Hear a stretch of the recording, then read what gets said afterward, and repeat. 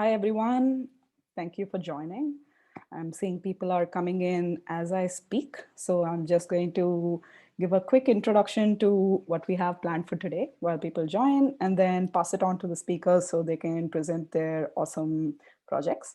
So to start off, hello, everyone. I'm Sumana Ravikrishnan. I'm a data scientist in a software company in California. I'm also a leader with Women Who Code Data Science, and I've put together a lot of events with this track. I'm excited to bring to you a data science open house series where we bring to you really cool presentations done by members in our community. And it gives you the option to explore new topics and new niches of data science with these cool projects. And it's a great way to get introduced to a topic as well as explore your curiosity within a project. So today is going to be the first session of the Data Science Open House series. And I want to give big props to our speakers today since they introduced this idea to me and volunteered to be part of the first session. So thank you to the speakers. So to begin today for our first data Science Open House series, we have computer vision as our main topic. We have three awesome speakers over here with us who are going to present three of their amazing projects. I guess we have 1.5 hours today in total, and we're splitting it up as 30 minutes per presentation, per topic.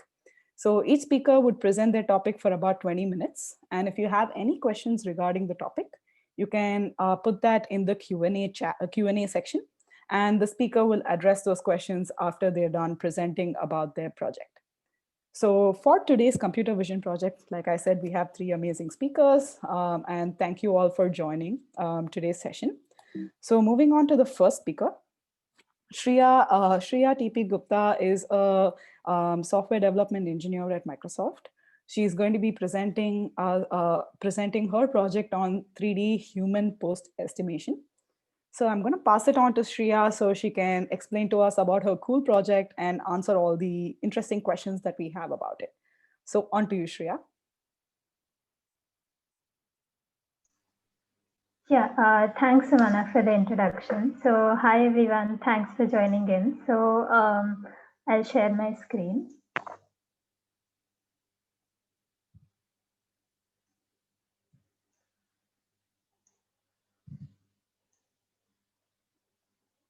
Yeah, so today I'll be talking on 3D pedestrian pose estimation.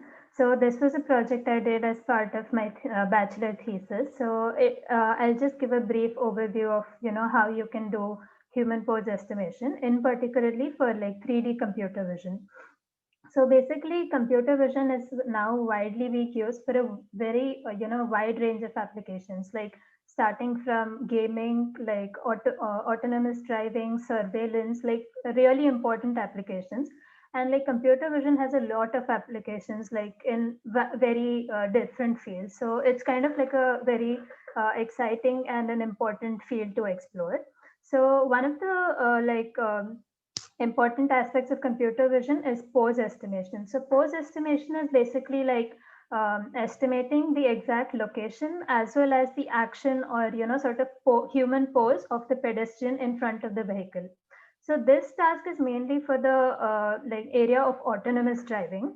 So the brief overview of the presentation is as follows. First, I'll provide the motivation and then the related work, followed by the data sets that I used for this work, and then the proposed approach. And finally, I'll describe the results that I've achieved and some of the future directions that can be used for this work. Yeah, so moving to the motivation. So the main motivation behind this work was pedestrian pose estimation for autonomous driving. So like in today's world, like self-driving cars and autonomous vehicles are very much like in vogue right now. So like pedestrian pose estimation is an important application for that. So here the aim is to do both 2D and 3D pose estimation using both RGB and LiDAR data.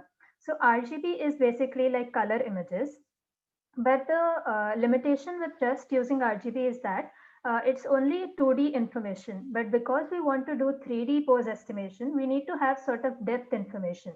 And that's where LiDAR data comes in. So LiDAR is basically light detection and ranging.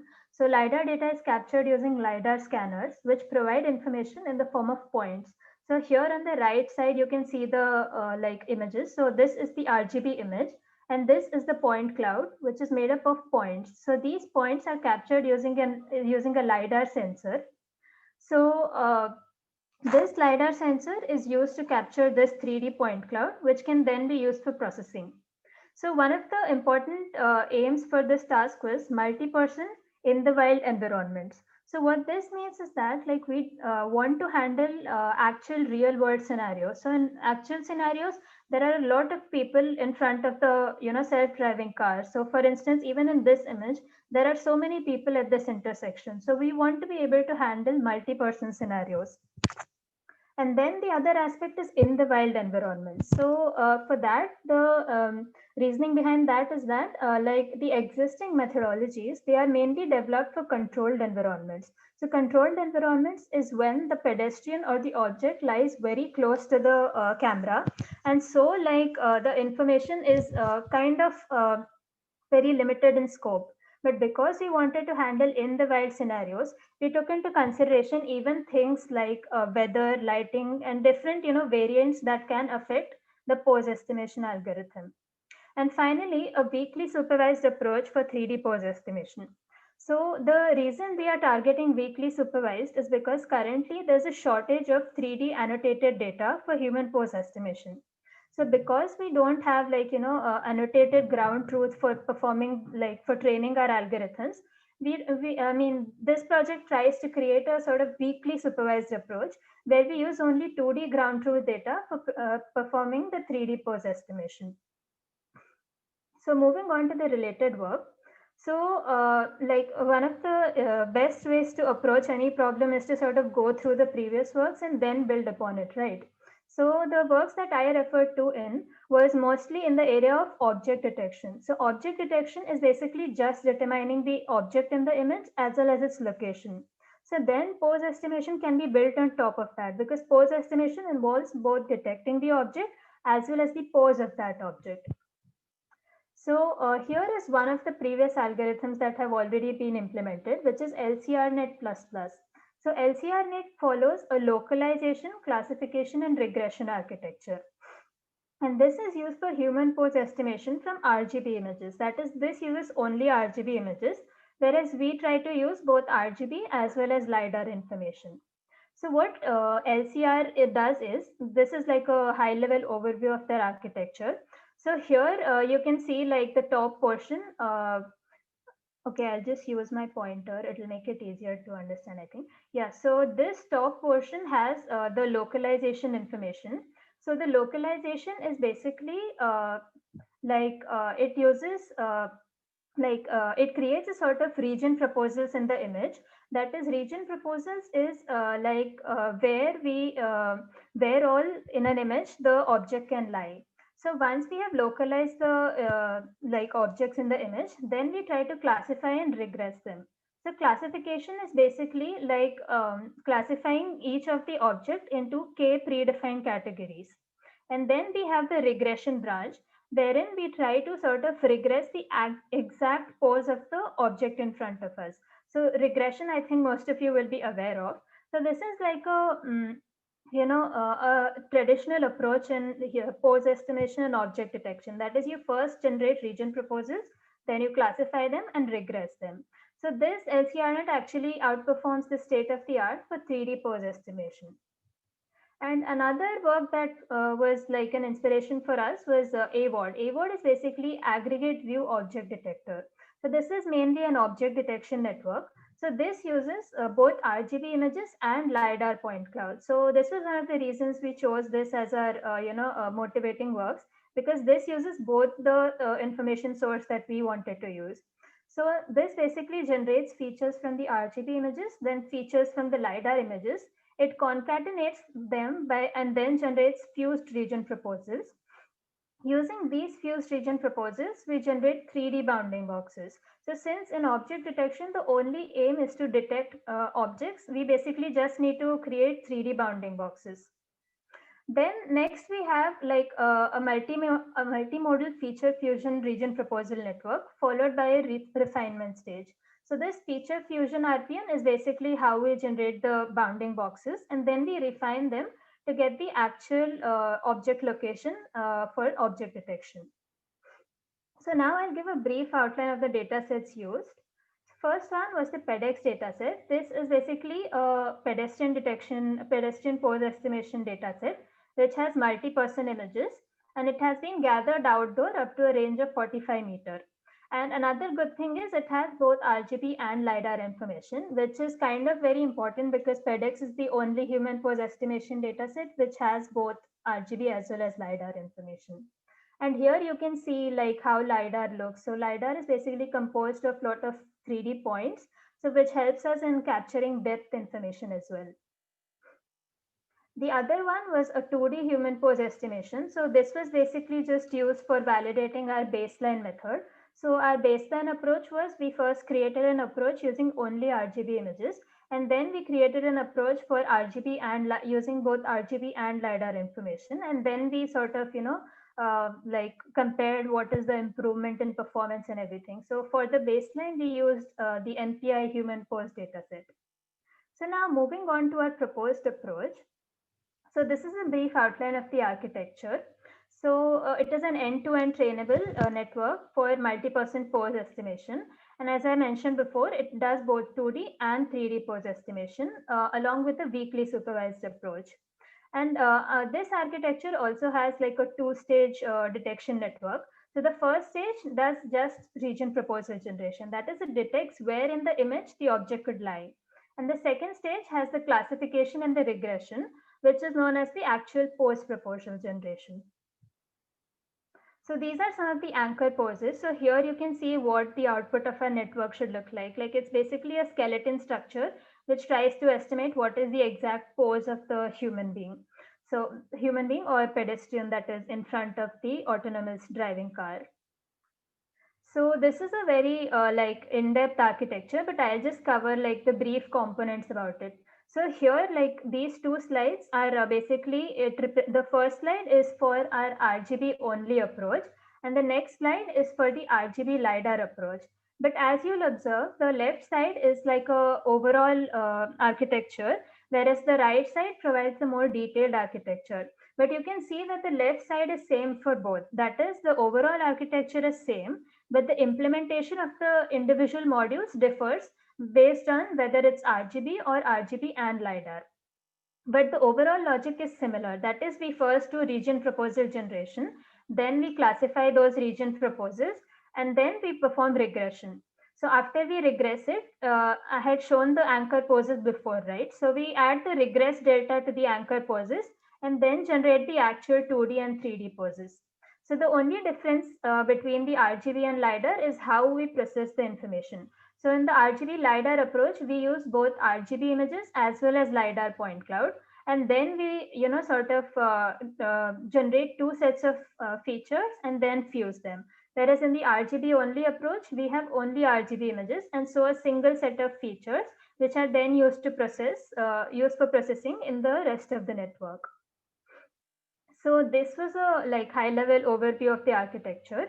Now I'll move on to the results and discussion.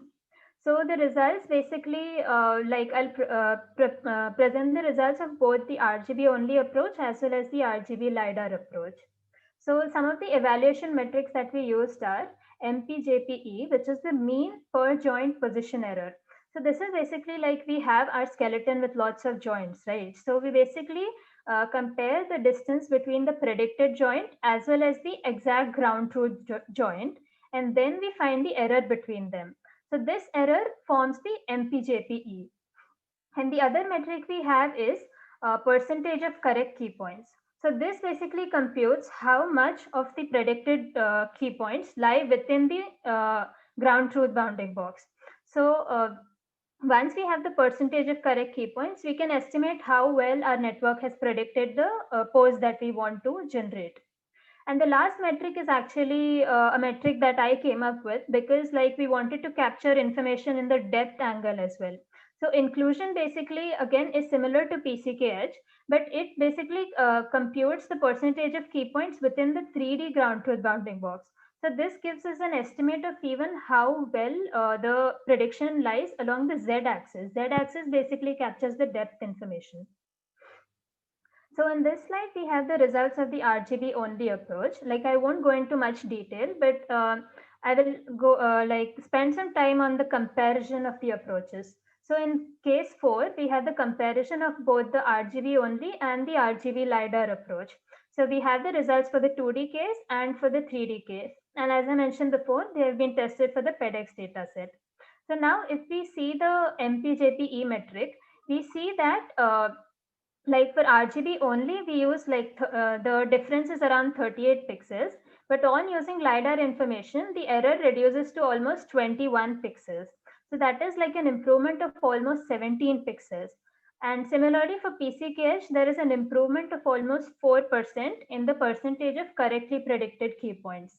And finally, we have the inclusion metric where we see the maximum improvement. Although this is not like a very representative metric for the error, but like it still gives an idea that along the depth precision, like along the depth angle, we see a lot of improvement when we include the LiDAR data. So this shows that, sort of for 3D human pose estimation, it is important to capture, use a sort of information source which provides us depth information. And that's why LiDAR is like an important aspect for it. So these are some sample predictions on the PEDX dataset. So this is the ground truth. That is what we actually want to see from the prediction. These are our 2D predictions, which we can see are quite close to the ground truth. But for the 3D predictions, like this is projected onto the 2D space. So this is actually like a 2D representation of the 3D prediction. So here we can see that the predictions deviate a little bit more than just 2D predictions. So moving on to the 3D predictions on the PEDX dataset, here we have in the 3D space, that is, in the form of point clouds.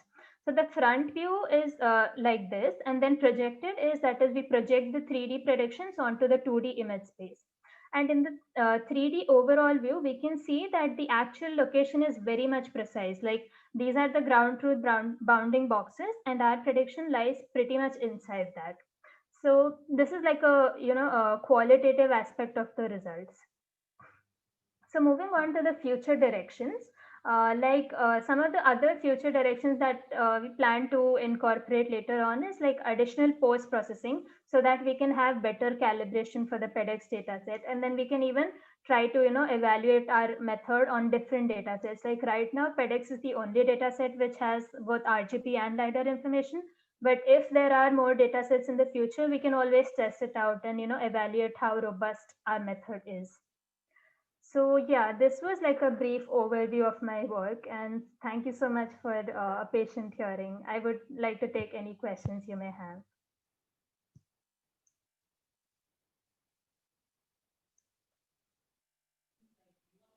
Thank you so much for that presentation, Shreya. So if anyone has any questions, please post them in the QA box and Shreya will get to them, will answer them live. So Shreya, I'm passing it back to you. Yeah. Okay, so I see a question from Deepika, how to implement this model. So yeah, Deepika, that's a good question. So the model, the way I've implemented is basically I use the PyTorch library, and like we created the network entirely on PyTorch, but we basically used sort of pre-trained models in our network, because like there's no point implementing everything from scratch, right? So we use like ResNet 50, which is like a well-known established deep learning architecture. So using the ResNet 50, we were able to use that as a backbone for our network. And on top of that, we built the actual, pose estimation network. So that was kind of like how we approach this problem in terms of implementation. I hope that answered your question.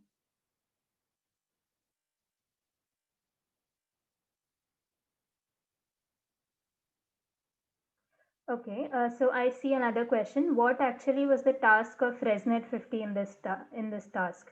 Okay, so ResNet 50 is like a network used for image classification. So ResNet 50 is actually trained on like 1,000. I'm not sure of the exact number, but like 1,000 class classification, something of that order. So it's like it's very good in generating a representative set of features that we need. So once you use a pre-trained network, you can use the weights in that network as the initialization for your network. So then using that weights, you can retrain your network towards the goal that you want to achieve.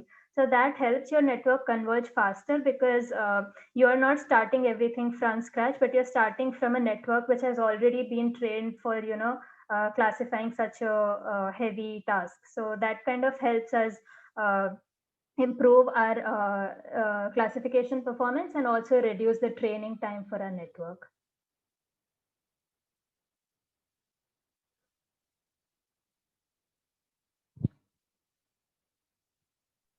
So I have a question, but I can't post it in the QA box since I'm a panelist.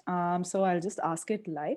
So my Yeah. question is, so I don't have too much experience in computer vision. And I'm curious to know when it comes to distance metrics, I see that the metric that you used in this case was Euclidean distance. So in computer vision, do you take into consideration like Manhattan distance and all the other possible distance metrics that's there? Or is Euclidean the most popular and most used one? Yeah, that's a good question. Actually, like you mentioned, Euclidean is the most popular one, but there are like different metrics based on the task you have. Like for instance, if you're doing 2D pose estimation, then like you only compute the distance using the x and y metrics. But for 3D pose estimation, you take into consideration both the x, y, and z coordinates. But then again, the metric that you use can be anything like Manhattan or Euclidean. Anything would be fine, but it's more common to choose Euclidean. Thank you. Yeah. Yeah, I see another question. When you say pose estimation, what does it mean exactly? So yeah, in the presentation, like I had shown some sample outputs, right? So the pose is basically like when you have an autonomous driving, like automated vehicle, it needs to exactly figure out whether the pedestrian is about to cross or if he's just standing. Like because we need to ensure that autonomous vehicles are safe enough to be deployed in the real world. Pose estimation, like especially pedestrian pose estimation, serves as an indicator of where exactly the pedestrian is and like what is his current action, like should we stop the vehicle, should we like continue driving, sort of along those lines.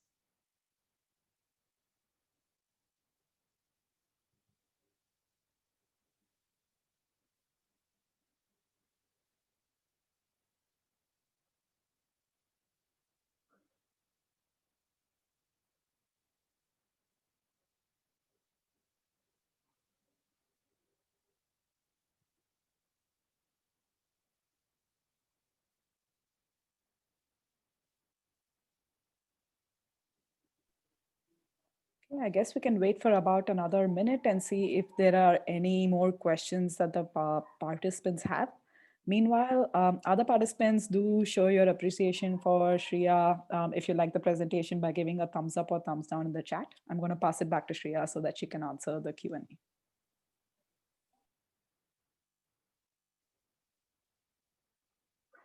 Do you suggest any resources for implementing pose estimation models?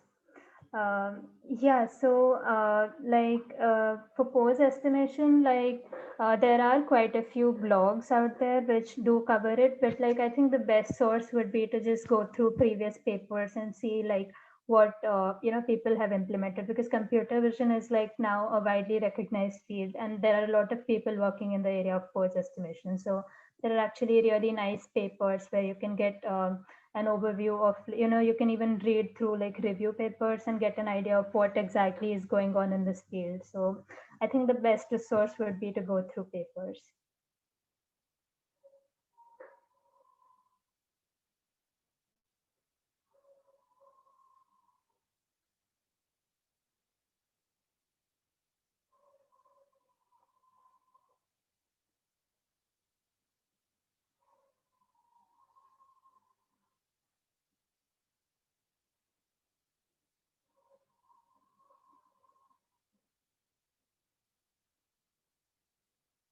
Okay, I see a question from Ravi Bansal. Is knowledge of corn nets and image classification tasks sufficient to get started with pose estimation, or do we need to learn something else?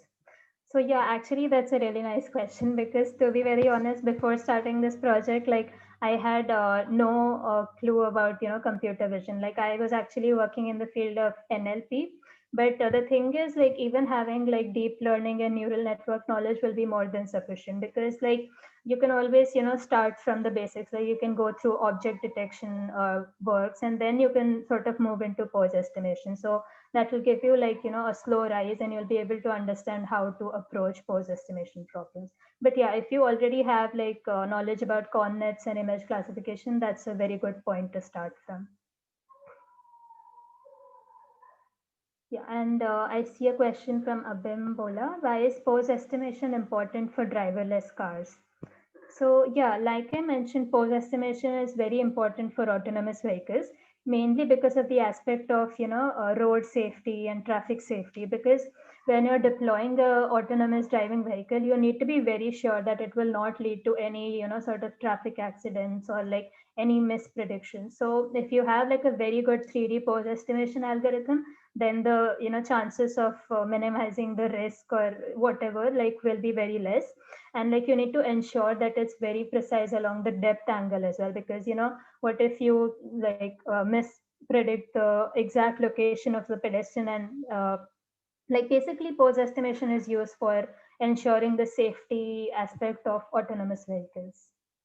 Yeah.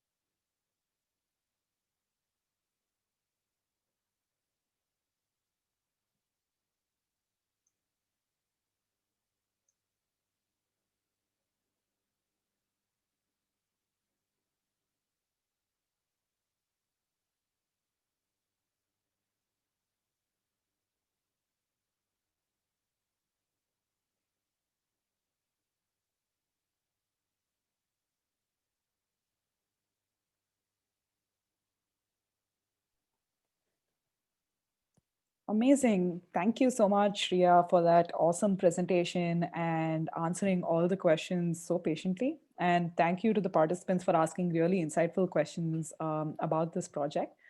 Thanks again, Shreya. Yeah, Um, thanks, Samana. It was really nice presenting here.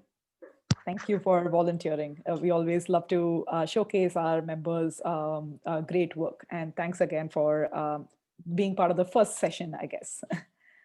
Yeah. Okay, so I guess we're going to move on to our next presenter. Next up, we have Stuti Segal.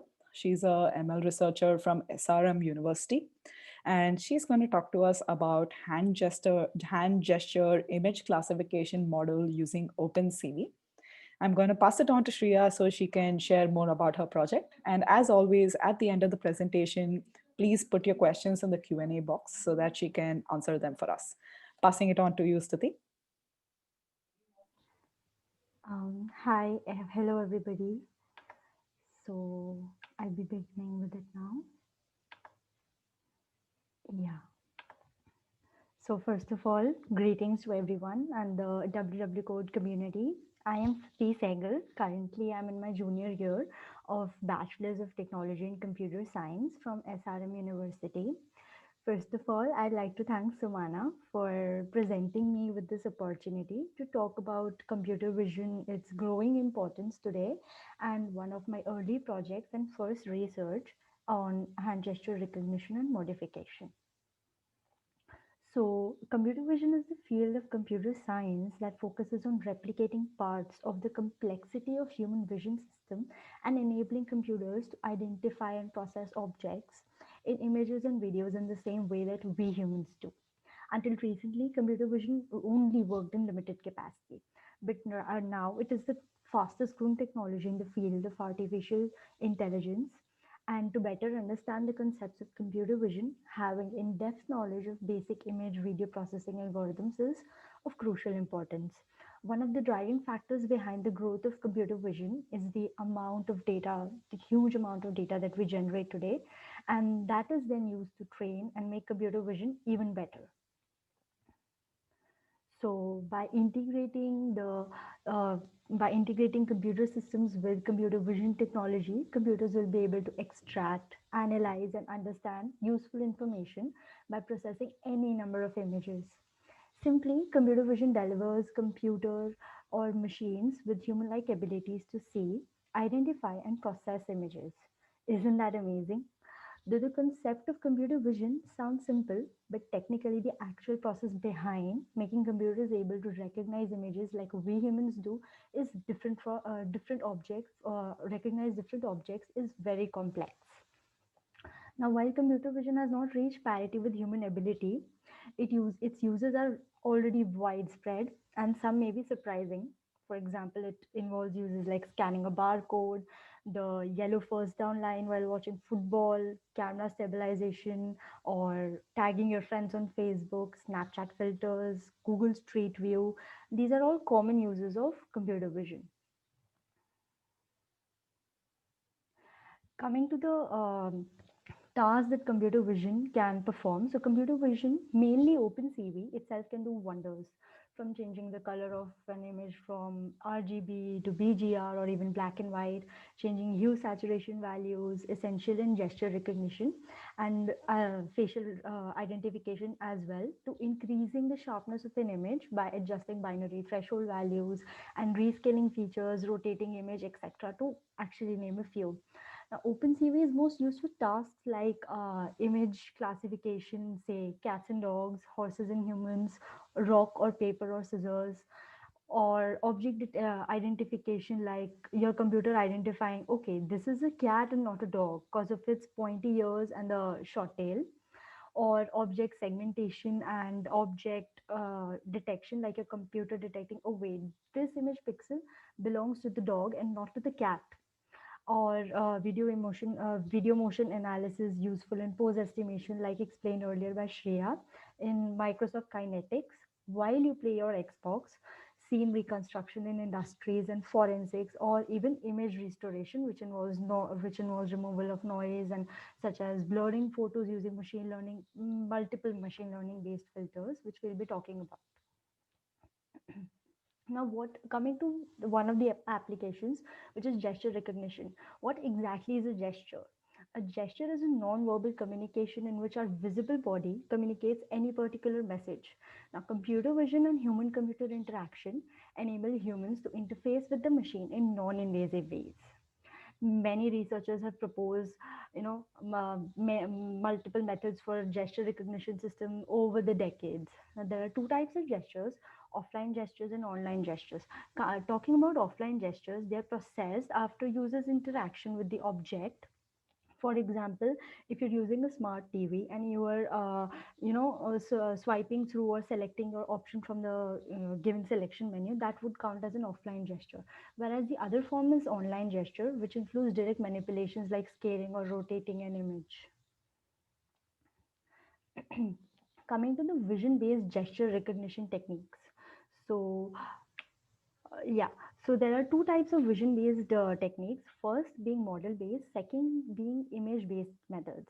Now, the model based techniques, for example, a real hand is interpreted as a collection of vertices and lines in a 3D mesh version, and the software then uses its relative position of the hand and interaction to infer what kind of gesture. Are you clicking your finger or are you waving your hand? Then they try to recreate a three-dimensional model of the user's hand and use this for recognition. The second is image-based methods, wherein image-based techniques detect a gesture by capturing pictures of a user's motion during the course of the gesture itself.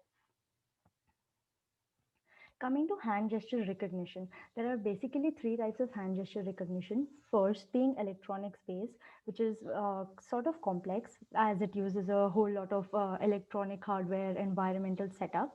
Now, how it works is it works on the proximity of a human body or body part that can be measured by sensing electrical field, and it measures the distance of human hand or other body part from an object via, again, the electrical field.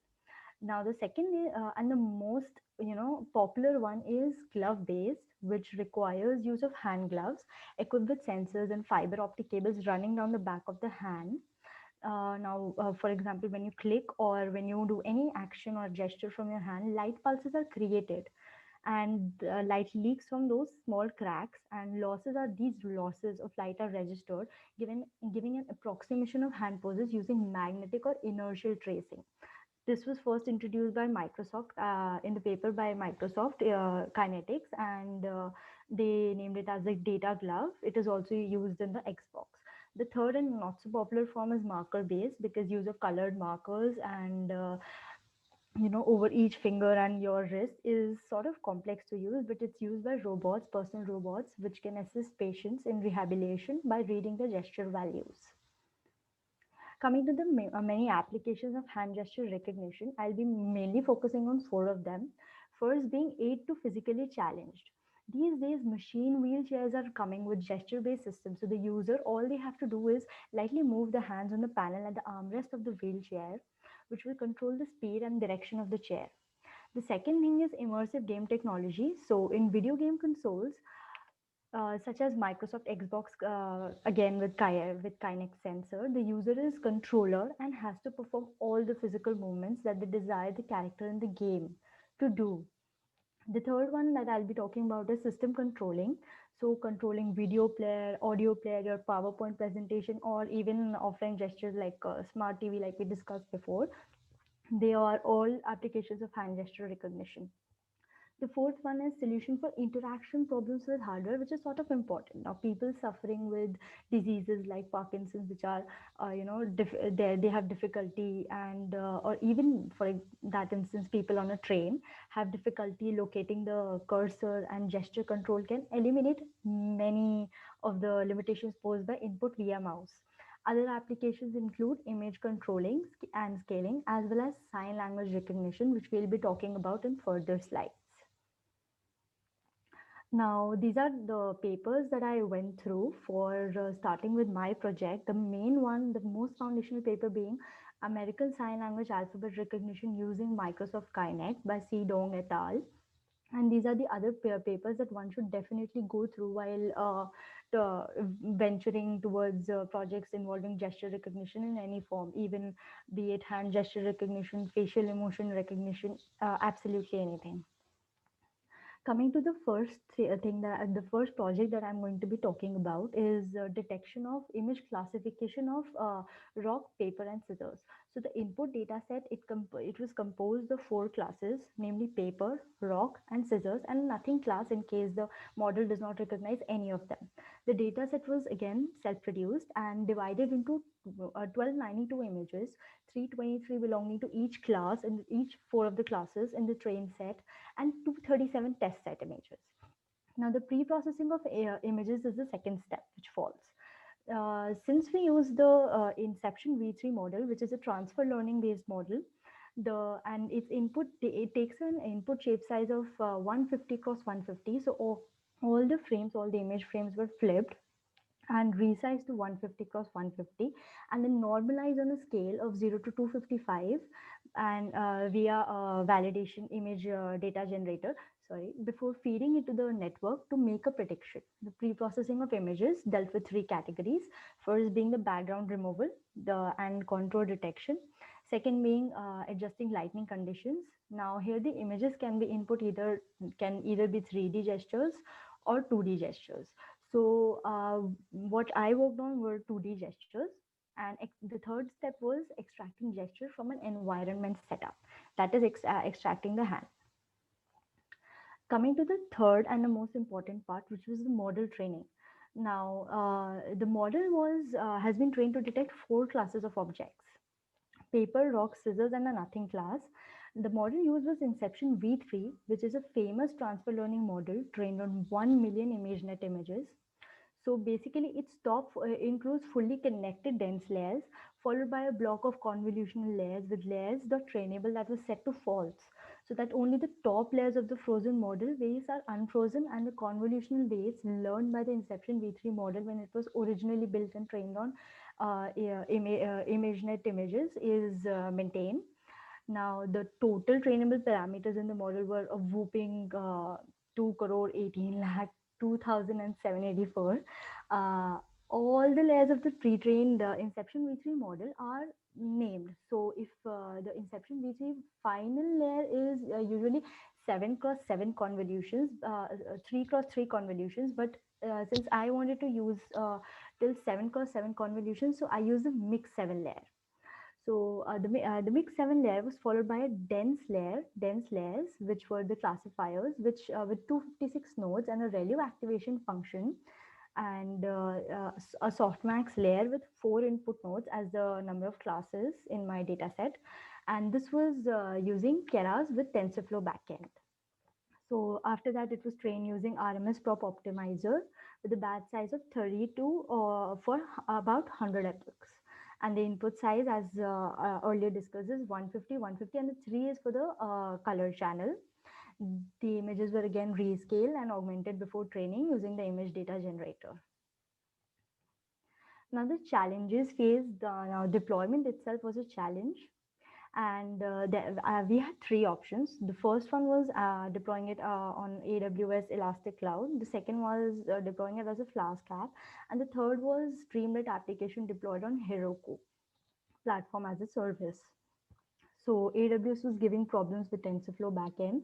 So we had to switch to Flask application, wherein the H5 weights of the Inception V3 model was integrated as a Streamlit app.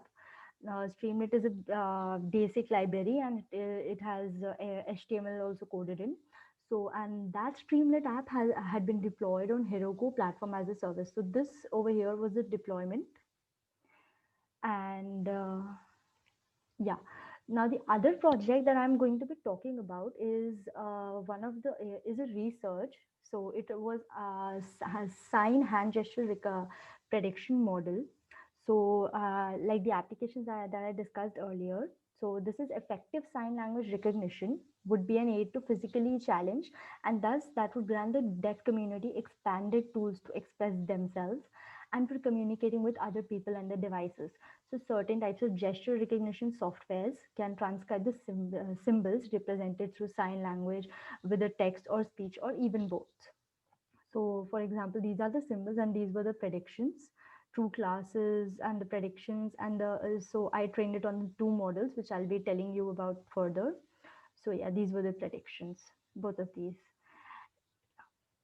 So this was the name of the paper, Rethinking Generalization in American Sign Language Prediction for Edge Devices with Extremely Low Memory Footprint, wherein my model was, there were 2 models, INT8 and Float32. Both of them were trained, and their validation and generalization accuracies were noted, and they were deployed on ARM Cortex M7 microcontroller. So talking about edge deployment on an OpenMV H7 development board was a part of the experimental setup, and it had a ARM Cortex M7 based microcontroller with 1 MB of SRAM and 2 MB of flash memory with a clock speed of 400 megahertz. The frame buffer RAM was only just 496 KB, and that's used to load the transient images from the camera, from the OpenMV camera, the entire model that was trained, and associated scratch buffer besides already existing operating systems on the board. So the largest TensorFlow Lite model that could be successfully loaded was of 220 KB, even though the documentation of the board mentioned that it could be 400 KB.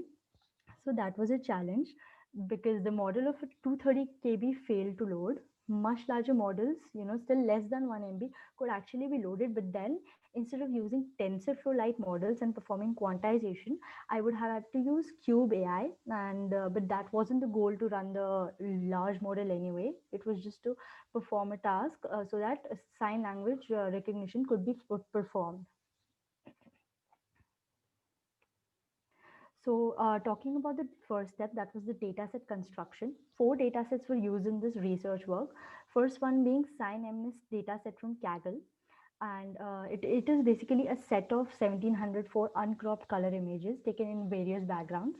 Now the dataset creator used an ImageMagick pipeline to crop the images to hands only, again, perform operations like grayscaling and resizing to 28 cross 28, which is a small size, and then creating 50 plus variations to increase the quantity. Now, the modification and expansion strategy included I'm so sorry, included multiple filters with along with 5% random pixelization, brightness, contrast variations, and rotation. So all this, along with the tiny size of the images, was these all modifications were sufficient to alter the properties like resolution and class separation in an interesting yet controlled manner. So we took in account only 24 classes. J and Z were dropped because they require 3D gestures. But again, here I was targeting 2D gestures because I am taking a frame-wise input from the camera and not video-wise input. Yeah. So the second data set was the Kaggle data set, which initially was having 87,000 images, 29 classes, the 26 English alphabets, as well as space, nothing, and delete. But again, I dropped classes, so I was left by the end. I was left with only 72,000 images for training and 24 for test. The third data set now was self-produced using the Target OpenMV H7 camera. These were the images taken from it. The images were taken were initially 240 plus 240 in size, and approximately 400 images for each of the 24 classes. Again, some standard augmentation techniques were followed by downscaling to 2828 using inter-area interpolation and OpenCV, etc. were done, and the images were shuffled and split into 9010 train test plan. The fourth dataset was the Kaggle ASL alphabet test dataset created by Dan Rasban. So in order to test the effectiveness of the models in real world scenarios with noisy backgrounds. Coming to the, so by the end, we had a little over 10 to the power 5 images, which is a lot for training, which is sufficient for training a image recognition or classification model for that matter. Coming to the second step, which is the model. Now for the model, the chosen optimizer was Adam, with the default training rate of learning rate of default learning rate of 0.001, and moment and first and second moment exponential decay were also set. The callbacks used were reduce LR on plateau and model checkpoint. So if the model did not improve after 5 epochs, model checkpoint would automatically save the best save the best weights to a file on the disk. Coming to the experimental methodology, after a lot of experimentation with models of various architectures, the most optimal model had 1,71,032 trainable parameters. Since each weight was quantized to int8 and was only 1 byte, the complete size of the quantized TensorFlow model and the weights was 185 kb. So basically, there were two models. The first one being the Float32 model, the second one being the int8 model. And we noticed that generalization was better in case of model 2, which was Float32 model. And the findings were that interpolation reduces drop in accuracy during quantization. Interpolation techniques, all 5 interpolation techniques provided by OpenCV, intercubic, interarea, nearest, Langzos 5, all 5 of them were implemented. And interpolation augmentation provides classification generalization. So so the generalization accuracy was also higher. Coming to another project that I am currently implementing, and then I'll be winding up, is facial gesture recognition. Now, facial emotion recognition is another non-contact interface between users and the devices. The goal of facial gesture recognition is to make efficients effectively decipher your human emotions. These days, even most phone cameras detect the smile to click picture automatically. So this is a part of facial gesture recognition. Again, the first step is the input data set. The 3 data sets were used: extended Yale phase database, and which had images with 6 basic emotion classes, Kaggle facial emotion recognition FER 2013 dataset, and Jaffe dataset, which was only a test data, which was only used as a test set because of the limited number of images. Now, pre-processing of images was done by Haar cascading OpenCV, which is used to again remove background and crop the images to face only, so that they can be used as input for training deep learning model. And those preprocessed images were again interpolated using OpenCV into cubic and had a size of 48 cross 48. Now the model, this is the model which was VGG16 out of several other transfer learning techniques like ResNet 50 and DenseNet that were tried. VGG16 trained till block 5 convolution layer gave the best 75% generalization accuracy. And the train model right now, the this project is in the deployment phase. So the train model Onyx format file with weights has been imported to Snapchat Lens Studio, where behavioral functions are being coded in JavaScript and the model is being deployed. So thank you all for being so patient, and I hope you all had fun and that I was able to deliver a memorable speech. I'm open for questions now.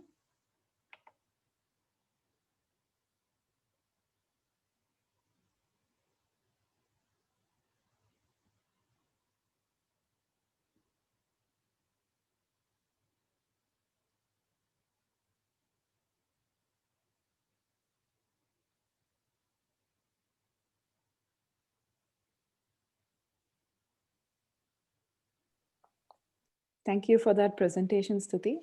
So the Q&A is open. So if you have any questions that you'd like Stuti to answer about her presentation or the work that she's done to put this together, please post them in the Q&A box and she can answer them live right now.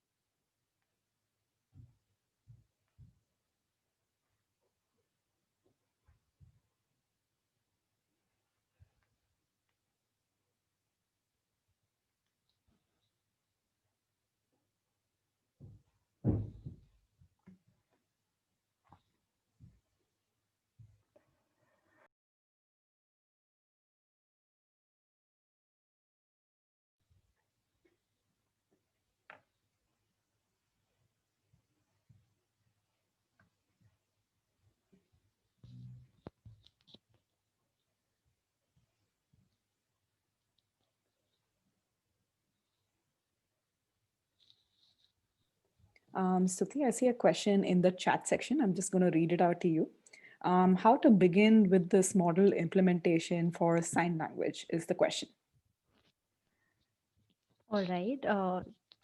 Okay, so nice question. First of all, yeah, it's by Anish Mukherjee. Okay, so basically, how you can begin with is so this entire, first of all, the entire model was trained on Kaggle. So what you can do is after you get the data sets, which are freely and readily available online. So first of all, you'd be needing a beginner's course on deep learning. Now with like everybody does, I'll be going with the deep learning by Andrew Ng. That's the best course out there. And once you're through with the basic section, Now, this does not require a lot. So once you know convolutional 2D layers, what a max pooling layer does, all these layers clubbed up, so you can easily, work on building the model. The major task is not building the model. The major task was actually the deployment of the model, its conversion to TensorFlow Lite, and then running all the Python micro functions so that it can be deployed successfully on that board itself. I hope I answered your question.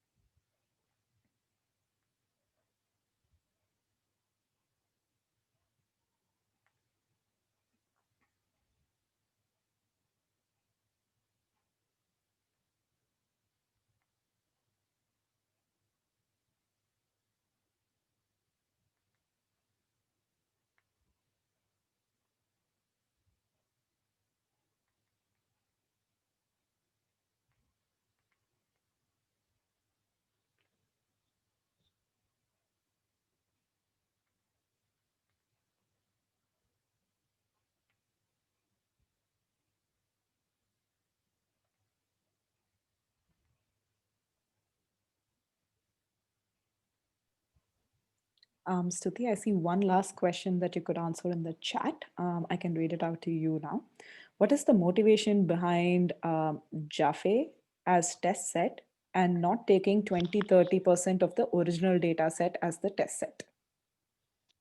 Okay, good question, really good question. So the Jaffe data set is basically it's a, data set meant specifically for research purposes. It's the data set. It's getting the data set itself was a task because you have to apply for getting that data set, and since it was a limited quantity, in limited quantity, I personally wanted to instead of having it just for validation and for or cross validation, it would be better to actually see how the now the Jaffe data set, its images are basically how a human would actually look in real world. So to give the accurate generalization accuracy and seeing what the test accuracy will actually be, that is the reason behind why Jaffe was used as a test data set and not a part of the original data set was taken.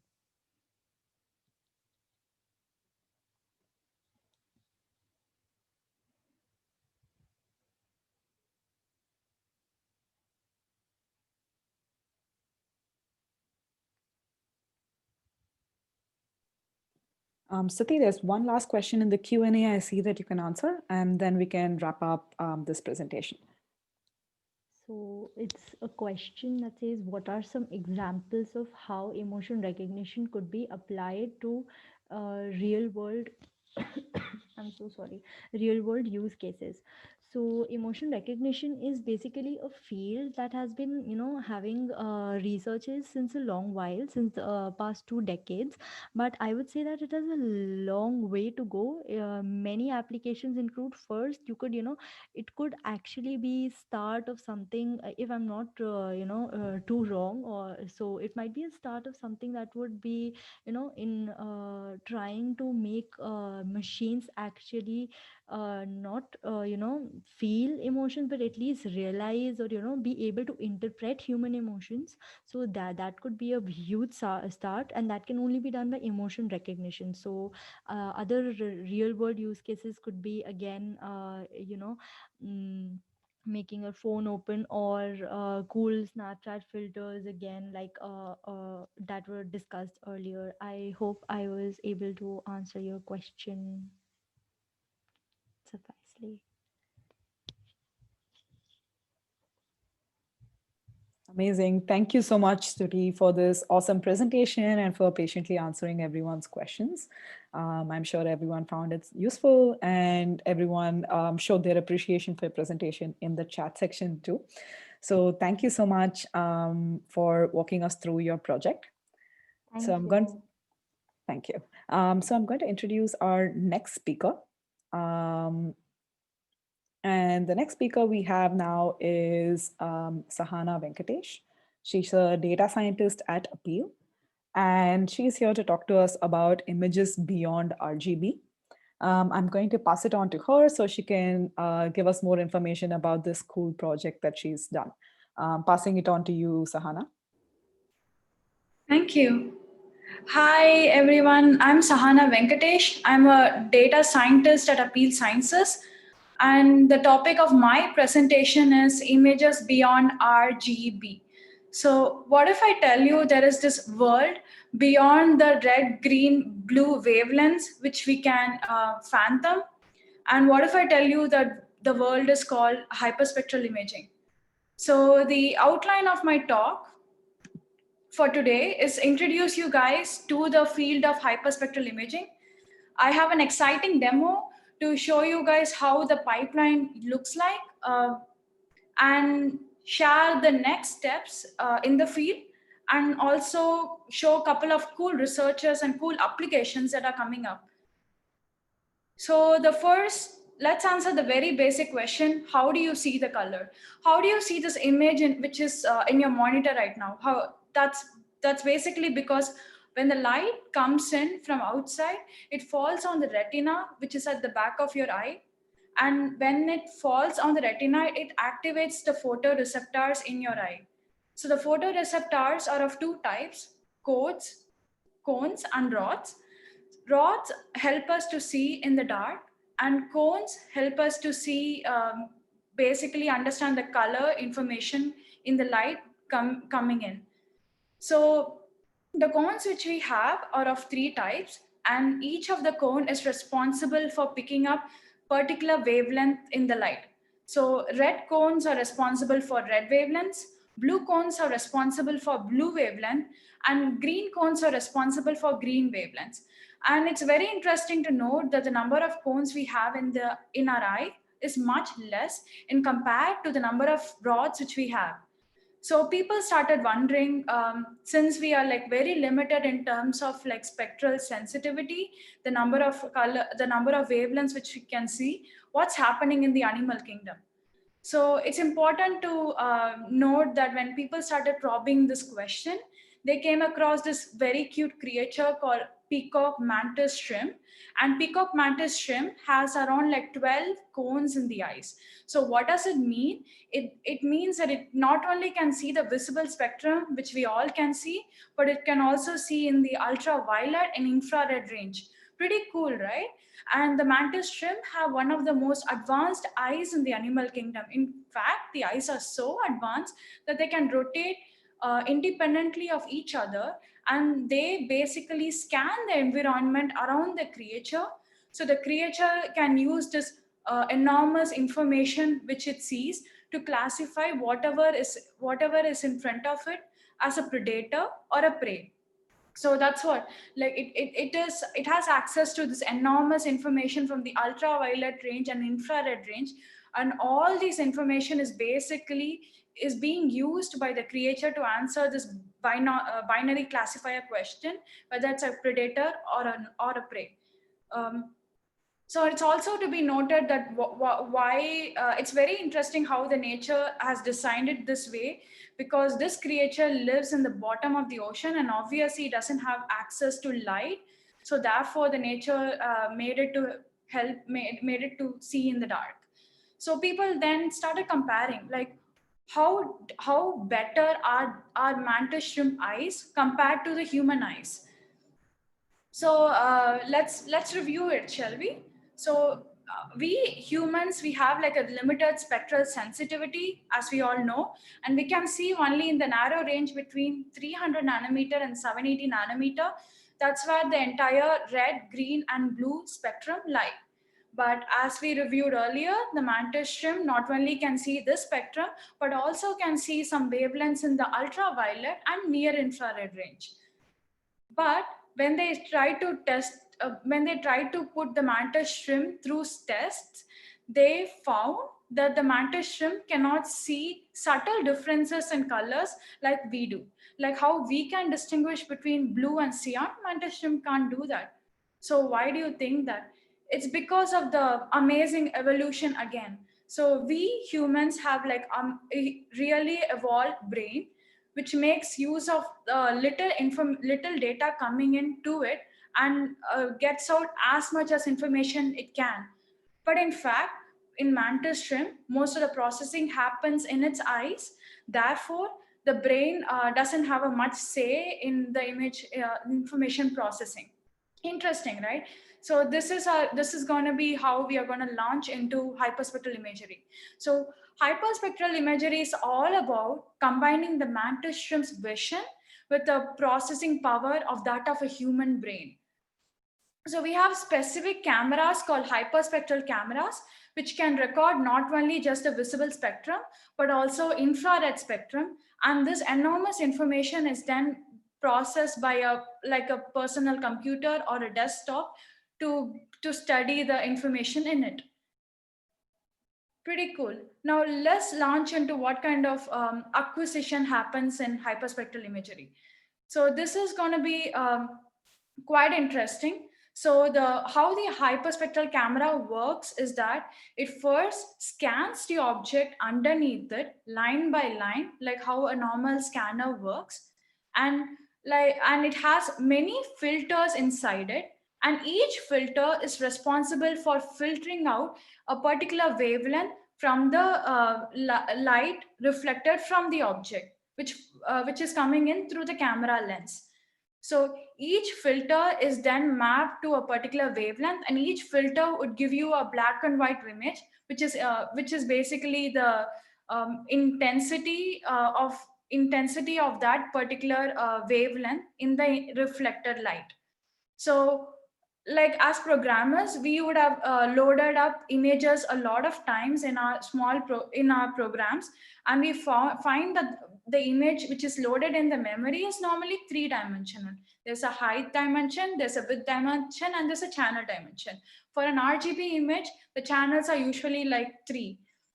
But for hyperspectral images, when you try to load it into the memory, you come to understand that it's also a 3-dimensional array. There's a height dimension, there's a width dimension, and there's a channel dimension. And this channel dimension, instead of being 3, is somewhere like 84 or 100, depending on the camera specifics. So, how hyperspectral cube looks like is it looks like basically a group of black and white images stacked together. And to understand what these stacked black and white images have, like let us consider an example that the hyperspectral images, the camera is imaging a red object. In this case, all those wavelengths which are close to the red wavelength would have like high intensity pattern in it. Cool, right? Also, one thing to note is that in a hyperspectral camera, the wavelengths are closer to each other. So in a normal RGB camera, the blue wavelength is around 400 nanometer, the green wavelength is around 500 nanometer. But in the hyperspectral camera, the wavelengths are very close to each other, and sometimes they're close. They're almost around like 1 to 2 nanometers apart from each other. So it kind of, in a way, provides data in a continuous wavelength spectrum, like the diagram which you see over here. So this is all about the hyperspectral imagery acquisition. Now let's think about applications. So in first and foremost, hyperspectral images were basically used in the remote sensing field, but slowly they have been creeping into other fields. They have found their uses in mining. They have been used in medicinal field because people find that you're able to distinguish between tissues, deformalities better in hyperspectral imagery. So in example, in the image which you see in front of you, a normal RGB image cannot distinguish between the scar and a dead tissue, whereas hyperspectral imagery, you can do that. Similarly, they have also found their use in food quality as well. So using hyperspectral imagery, since fat reflect light differently than protein, so tapping into this information, you can actually find out about the nutritional content of the food being imaged, as well as the foreign objects in the food. Since a foreign object would reflect back light differently than a meat or whatever object or whatever food. So now we have learned like a lot about the applications and acquisition. Now let me treat you guys to a very small demo on how to basically process this hyperspectral cube. Before we jump into the demo, let me show you guys how the pipeline normally looks like. So this pipeline, one of the things I love about it is it's almost like any other data pipeline which you would have come across earlier. So you have label data flowing in, and you have a data processing and a data cleaning step where you basically normalize the data. Then you have a dimension reduction step. So I told you guys that the light, the signal captured in the camera, which is basically the intensity of the wavelength, is dependent on the object reflecting the signal back, and the wavelengths are close to each other in the hyperspectral image data. Therefore, combining both the informations together, it's easy to understand that there's a lot of redundancy in the data. And as practitioners, we are aware that this is not a good sign, as this is going to lead to a lot of processing overhead. So one of the important step in data processing is to actually do some kind of a dimension reduction to remove those redundant features in the data. So after this step, you have a training step. And so there's going to be subtle differences in the reflected light intensity, reflected wavelength intensities based on the object reflecting the wavelengths back. So the models trained tap on these subtle differences and help to classify them if it's a classification problem, or help to assign them to like different levels or a different continuous variable in case if it's a regression problem. And finally, we generate a report like we do with any machine learning data. So I have like I was able to prepare a small demo to show you guys how basically the processing pipeline looks like. So I was able to find this data set called hyperspectral image data set for benchmarking on salient object detection. So the authors were kind enough to basically go to the outside world, collect the images using hyperspectral camera and load it up, and basically load it up in a paper and share it with all of us. So how this data set looks like. So the data set is, so they took these images in Tokyo waterfront. So that the data set has has a black and white image, an RGB image, as well as a hyperspectral image. So this black and white so their objects are basically color coded as white, or whatever parts of the image which they found interesting, they marked them as object and they color coded them as white. Similarly, all the background pixels were color coded as black. It says object detection, but it's kind of like a segmentation, because each pixel here is assigned a color. Either it's a white if if the pixel belongs to the object, and it's black if the pixel belongs to the background. So this is how a data set looks like. And there are 60 hyperspectral images in this particular data set. And it's interesting to know that even though they're just 60 images, the entire size of the data set is around 5.17 gigabytes. So you could have imagined how long it would have taken me to download this data, and in fact, how long it would have taken them to upload the data. This is one of the most studied field in hyperspectral imaging, like how to compress the data, especially when you're like transferring it. So I went ahead and I pulled up like two images. I pulled up an image of interest for me.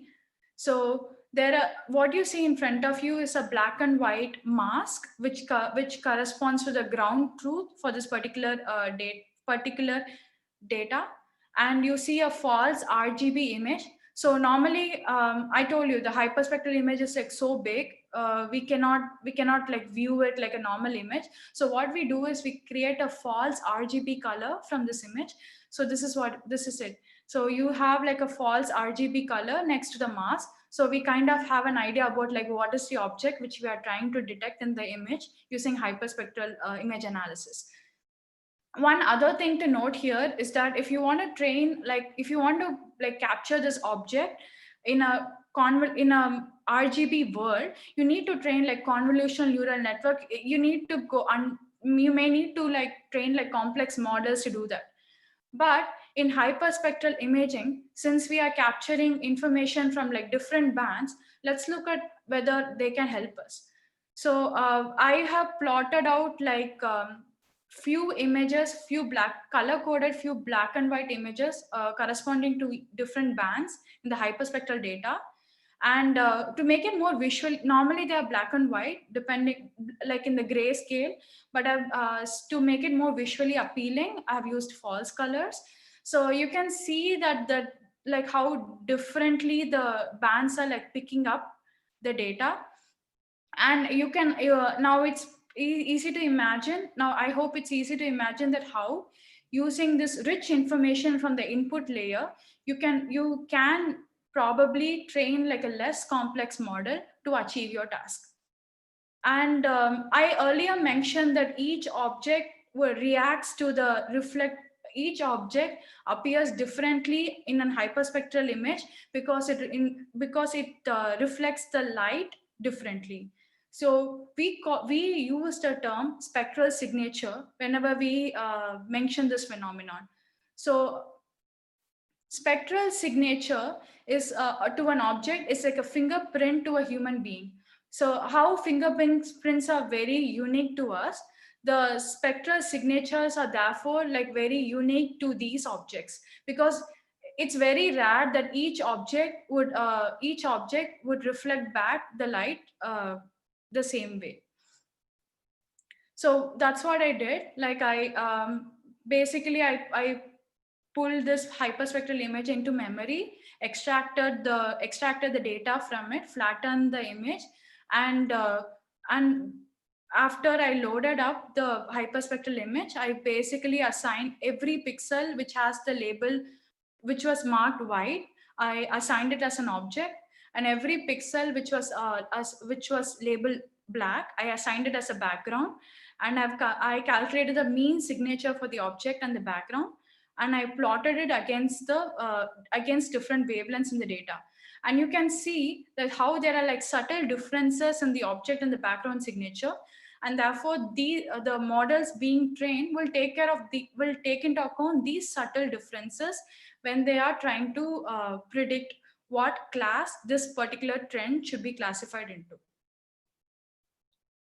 So moving on, what's going to come up next? We are again moving towards cloud processing. Yay for that. So we are moving towards having like handheld cameras, which will then record different spectral signatures and would send it to the cloud for processing. And after the processing in the cloud, the diagnosis is sent back to the handheld device. This is what's coming up. Applications which are going to be coming up, these are also pretty interesting. So there have been research to show that hyperspectral imaging can be used to detect counterfeit nodes from real ones. Hyperspectral imaging can also be used to find foreign objects in rice, and also to see or detect moisture content in rice. For hyperspectral imaging can also be used to basically make assumptions about like the moisture quality unit, as this in turn would affect the quality of food. And finally, last, hyperspectral imaging can be used to see whether your barbecue is cooked or not, because cooked food has like different signature than like uncooked food. And thank you so much for tuning in. It has been an honor to share the work and knowledge I've gained studying hyperspectral imaging. Thanks a lot for Women Code, and thanks everyone for tuning in today.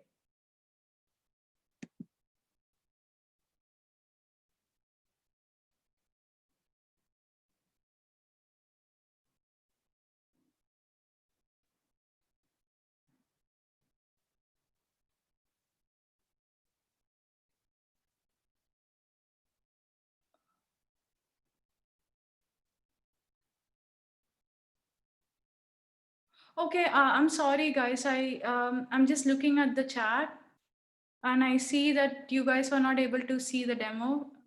I'm really sorry. I'll try to load it up again. Thanks everyone for pointing this out to me. I hope it's clear now.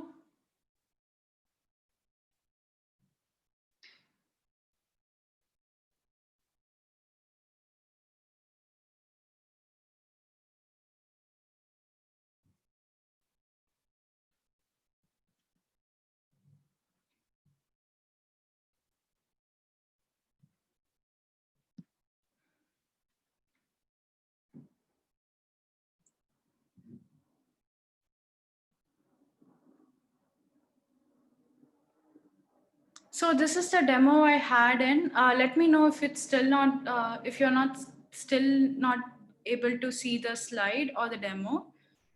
So what the demo I had in mind is that I used this data set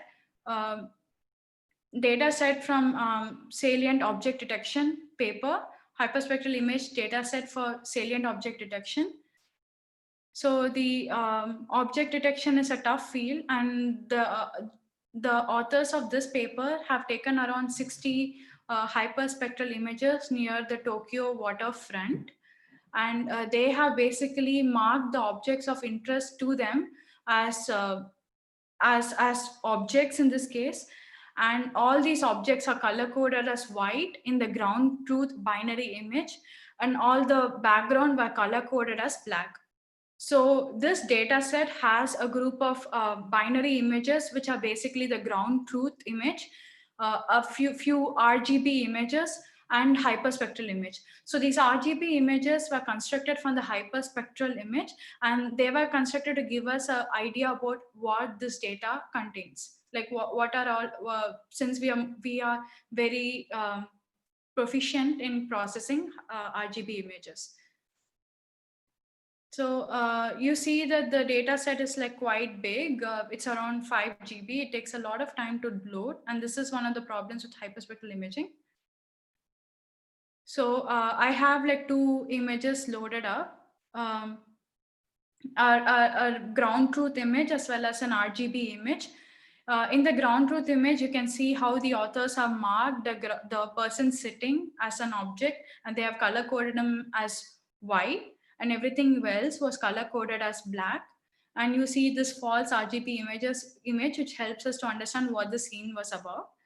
So now we load up the hyperspectral cube, and we analyze what information is there in the different bands. And you see that the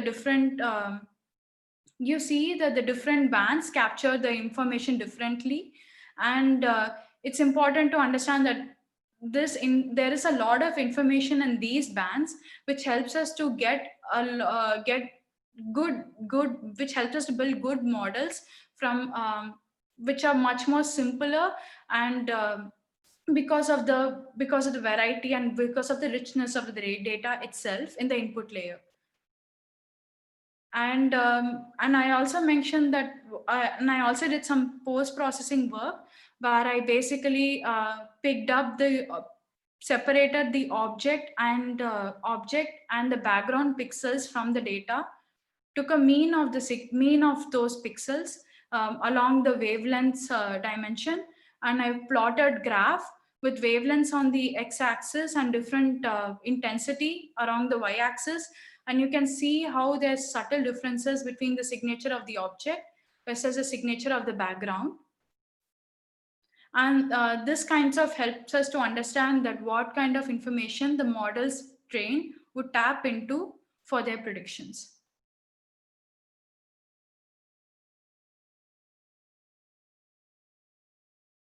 And thank you everyone for being patient enough and pointing out that you couldn't see.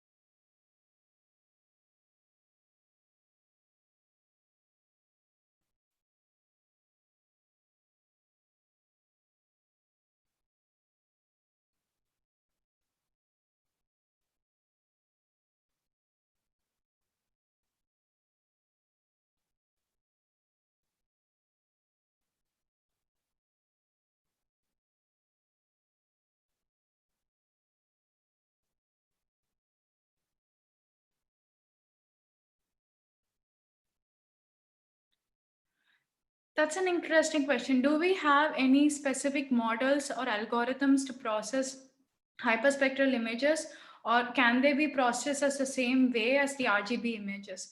So to be frank, like so whenever in the past data set, we have basically lost the spatial information. When I say we have lost the spatial information, I mean that I've flattened out the image and I've trained models in it. But um, but there are like convolutional neural networks which have been trained specifically for hyperspectral image. To answer your question, Ravi, yes, you can process them like you process an RGB image, and they're very similar in a lot of way. But uh, but but the point is you don't need to, because you might be good to go with like using a simpler model, like because they are like as we have seen, they're like much more rich in information than an RGB image. I hope that answers the question.